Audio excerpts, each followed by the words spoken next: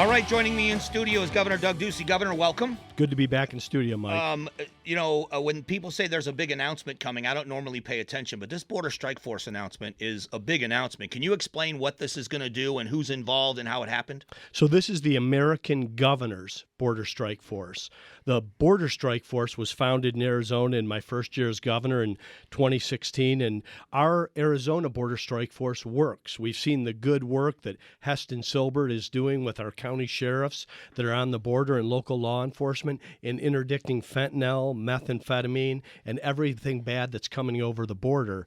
And this really came out of a Republican governor's meeting where Greg Abbott and I are sitting around the table with all the other governors across the country, and we go around and give quick updates. Governor Abbott and my update is always around the border and what we're doing. Mike, I've served under 3 presidents. This is by far the worst president we've had. Even Barack Obama deployed the National Guard to the border.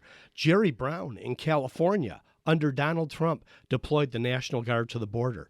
Joe Biden has never even visited the southern border. And his appointed border czar, Kamala Harris, this is just another laughing matter. She's certainly not paying any attention to Arizona or Texas. So we came up with the idea of the American Governor's Border Strike Force, and this is going to be a sharing of intelligence, of law enforcement, of our fusion centers to get after these cartels and human traffickers that are wreaking havoc all over our nation. We're seeing that fentanyl is the leading cause of death among young people in southern Arizona. This is not how it's supposed to be, and it's heartbreaking to me and a majority of America's governors that this is coming over our southern border, and our federal government is ignoring the situation. They are derelict in their duty. You would think just for the politics alone that Joe Biden would be paying attention, and now they have this idea that they're going to lift Title 42. Well, this is a huge mistake. Right now, it's a crisis at the border. The good men and women that are in law enforcement, that are our border agents and customs and border protection, are completely overwhelmed down there. And they're Arizonans. They live in our community. They need our support, and they work for the federal government. And you saw the last time Secretary Mayorkas showed up, they turned their back on him, and a lifting of Title 42 by Secretary Mayorkas's own numbers would be 18,000 people additional a day coming over. That's 6.5 million in a year. It would be devastating. They cannot lift Title 42. Our senators have some say in the matter, and they should be more outspoken. So what will this look like when you say that there are going to be sharing of intelligence and in law enforcement? Are we going to see law enforcement agents from other states that are non-border states in Arizona aiding Arizona law enforcement? You're going to see law enforcement agents from other states being in our fusion center, our ACTIC center, so that we have a sharing of information. We already have some law enforcement assets that are being shared on the border between Arizona and Texas. But you know this, Mike, if our entire southern border is not secure, neither is our nation. These cartels are some of the worst people in the world, but one thing they aren't are dummies. So when Arizona steps up and we put extra heat on the border, they go to New Mexico or California, where those 2 governors chose not to join the Border Strike Force. That was my next question, because there are 26 governors involved, including yourself. But what about the states that said no? Was there any pushback or reasons why they didn't join? It didn't used to be that the border was a partisan issue. It used to be a federal issue and federal policy. You'd have to ask them. They just don't seem to want to put any attention on this. But now that elections are coming up and people are in jeopardy in places like New Mexico in holding their governorship, they're trying to get tough on crime. But I don't think the people of Arizona or New Mexico are going to buy it. What about locally? Are there going to be additional assets from Arizona, or is it because we have a border strike force, those are the people utilized in this capacity? Well, it's the Border Strike Force, but it's also the additional dollars. Traditionally, when the National Guard is called up, those people are paid for by the federal government. It's our state dollars and our state budget that are supporting our National Guard. And every time we put an additional National Guard member on the border, and I want to thank these men and women, they've done everything under the sun over the last 2 years, including stocking shelves and setting up a mass vaccination site. But now they're down at the border supporting Border Patrol and Customs and Border Protection along with the Border Strike Force. It's a surge of badges to the border. That's what we're doing in places like Arizona and Texas, and the majority of American governors are supporting it. Absolutely, and I think the vast majority of the American people and people that are in the country legally are supporting It's just common sense. I mean, we want to stop crime. We want to stop bad guys. We see the human suffering that happens with this trafficking and the humanitarian crisis. But right now, it's the cartels that are in charge of policy at the border and not the Biden administration. And they just continue to avert their eyes to the crisis that's happening at our southern border. So by having a majority of America's governors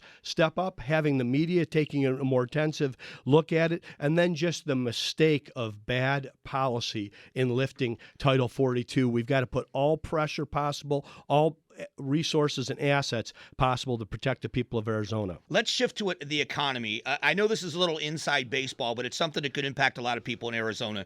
Can you explain this idea that they're throwing around about a skinny budget, what that is and what it is and what it would do? Well, first I want to say our economy is booming in Arizona. People continue to move to the state of Arizona because we have such a great place to live, such a wonderful quality of life, such incredible people that are here. Now, no one has talked to me about a skinny budget. And for people that are listening that don't work down at the state capitol, a skinny budget basically says we pass last year's budget this year. We just kind of don't do our job down at the Capitol.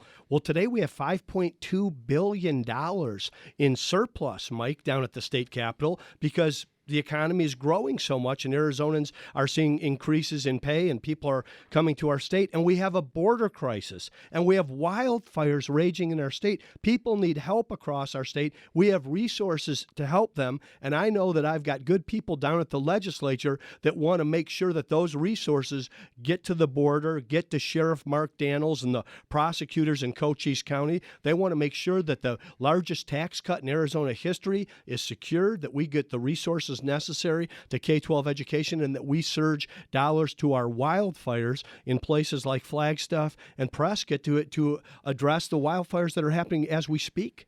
And let's address for a moment that with the two things you just talked about, tax cuts and $5 billion in a surplus, that when you lower the tax burden on job creators and spread the tax burden out, it actually adds money into the state coffers. You know, Mike, every time we have cut taxes, we've gotten more taxpayers in our state. I ran on a pledge that I was going to get the income tax as close to zero as possible. We're pretty close at 2.5%. We've lowered or simplified taxes every year, and we've put a record amount of money into K-12 education, $11.8 billion once this budget is passed. That's more than any other state in the nation. That's additional dollars. So there's more to do, but we can give Arizonans, the people that are working so hard, more of their own money to keep, and they need it in this situation, especially with inflation growing. That's like giving somebody a pay increase so that they can keep more of their money. And we've got plenty of money at the state level. And Mike, the one thing that we didn't touch on and I didn't mention that's also important and will outlast this administration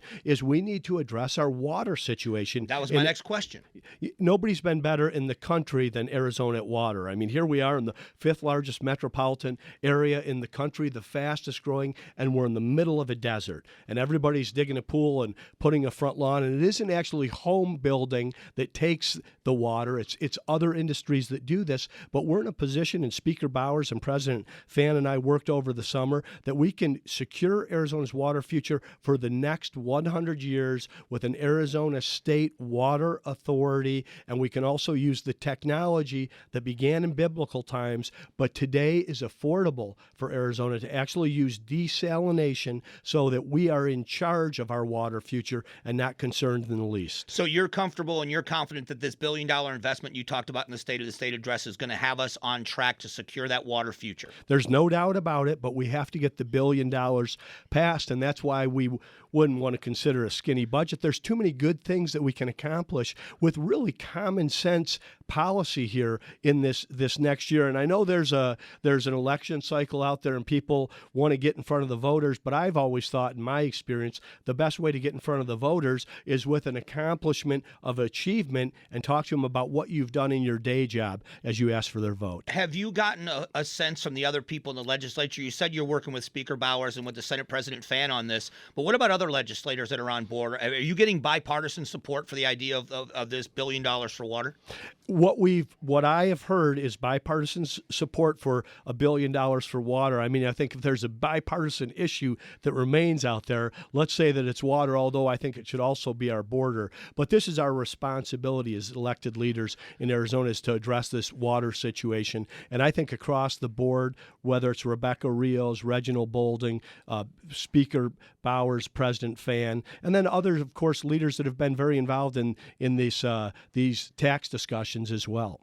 All right, so let's shift to the fire crisis, because we've been warned that this is going to be the worst fire season ever. It's starting very, very early. We know we have a wildfire up in northern Arizona. Can you address that issue and what's going to happen? Yeah, Mike, it really concerns me. And I want to say my heart goes out to everybody that's being affected by these fires. This is my 8th year as governor, so I have a sense of the cadence of the events that happen on an annual basis.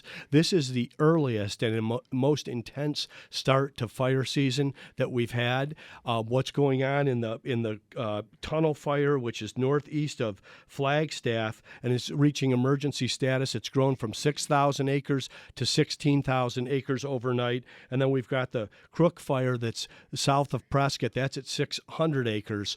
Yesterday, the fire was on offense. Today, our wildland firefighters are on offense, so we'll have more status throughout the day. I'll be updating on my Twitter account so people know, especially if they're planning a weekend up north. But we've got a $100 million package in front of the legislature, and if we need additional resources to address what we're going to need in the state of Arizona, we need to get that to these people and not squabble or let politics get in the way. But I'm concerned right now, so please, thoughts, prayers, and good personal responsibility on anyone that's going to be enjoying our beautiful outdoor areas all over Arizona to just make sure we don't start these fires in the first place. A couple of different education bills making their way to your desk. One about mask mandates and another one that has to do with parental rights. Any indication of what you'll do when they get to your desk? Well, we don't need mask mandates, and we're not going to have any mask mandates. So I want to see what the law says, but that if it basically addresses that we're not going to have local bureaucrats doing things that are unnecessary in the future, I'll be all for it. And I think the way to really solve the issues that we have in public education is to have more parental involvement. Parents know what's best for their children. Parents are also really good consumers. So different kids learn in different ways. I say that as a father of 3, and I think when parents have options, they make the best choices for their children. All right, so my last question, I want your help. This Friday, I am moderating a gubernatorial debate. Having done this job as long as you have, give me one question you would want me to ask the people that are running for your office. Well, Mike, I think that in a sense, they're interviewing for a job. They're interviewing for a responsibility. I mean, there's a $40 billion combined budget in Arizona, both state and federal. 35,000 plus employees, 200 boards and commissions, 47 agencies. I'd ask them their plan and what they're actually going to do as governor. I wouldn't let people run on bumper stickers or campaign slogans. Let's see who knows what they're talking about and what they want to do if they get this very important responsibility, which I've been honored to have for nearly 8 years to serve the citizens of Arizona. I remember moderating a debate when you were campaigning for your first term in office, and now you're coming toward the end. Are you starting to reminisce a little bit? Are you starting to look at or are you still full speed ahead? Not at all, Mike. I've got 260 days left. We haven't even got halfway through this legislative session. That'll be more up to the legislators than me, but we're going to finish very strong. And then, Mike, I'm leading the Republican Governors Association this year. That's how I was able to lead on the American Governors Border Strike Force. We've got 36 races across the country, and these are in our most important and competitive states. That includes places like Arizona, Texas, Florida, Georgia, Ohio. So it's my plate's very full. Governor, I always appreciate the time. Thank you very much, Mike. Look forward to seeing you soon. All right, we'll be back.